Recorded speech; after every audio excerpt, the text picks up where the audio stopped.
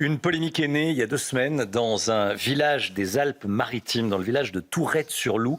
Une croix religieuse a été installée, une croix religieuse de 4 mètres de haut, une croix catholique, a été posée par une association. Oui, et pourtant, Romain, installer un édifice religieux est interdit par la loi depuis la séparation de l'Église et de l'État de 1905.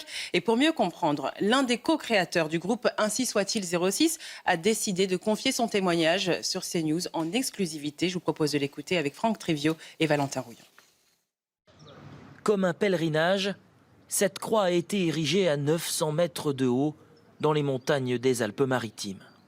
Cette initiative est lancée par un groupe d'amis sur les réseaux sociaux. Son nom, Ainsi soit-il 06. Johan, l'un de ses cofondateurs, décide de prendre la parole pour la première fois pour combattre l'étiquette d'extrême droite qu'on lui colle. On se donne un rendez-vous, on monte la croix, on fait un trou, on la pose, on fait une prière commune devant la croix. Et voilà, on redescend, on salue tout le monde, il y a une bonne ambiance, c'est familial. C'est pour la paix du Christ qu'on fait ça. Voilà, pour nous, notre Seigneur, c'est Jésus-Christ. Et on fait ça pour lui. Pour lui, pour notre foi.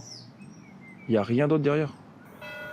Problème, ce genre d'action est interdite depuis 124 ans par la célèbre loi de séparation des églises et de l'État de 1905.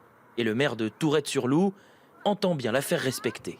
Quelle que soit la couleur politique ou quelle que soit la couleur religieuse, c'est interdit, point à la ligne. Moi, je les invite à venir plutôt restaurer des chapelles, des calvaires, des oratoires que nous avons sur la commune. Johan nous a également confié être prêt à participer à la rénovation d'édifices religieux si le maire de Tourette-sur-Loup le sollicitait.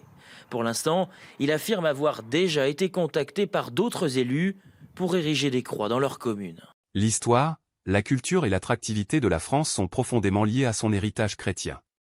Vouloir effacer en permanence les fondations de notre pays est une erreur. Oui, la séparation de l'État et de la religion est un principe essentiel, mais notre patrimoine, nos traditions et nos racines font partie intégrante de l'identité française. Il est paradoxal de prôner sans cesse le « vivre ensemble » tout en cherchant à nier ce qui a façonné la France au fil des siècles.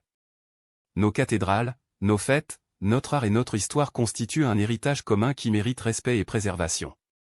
En 2027, Françaises, Français, redonnons de l'éclat à notre France, à sa culture, à son identité et à sa fierté.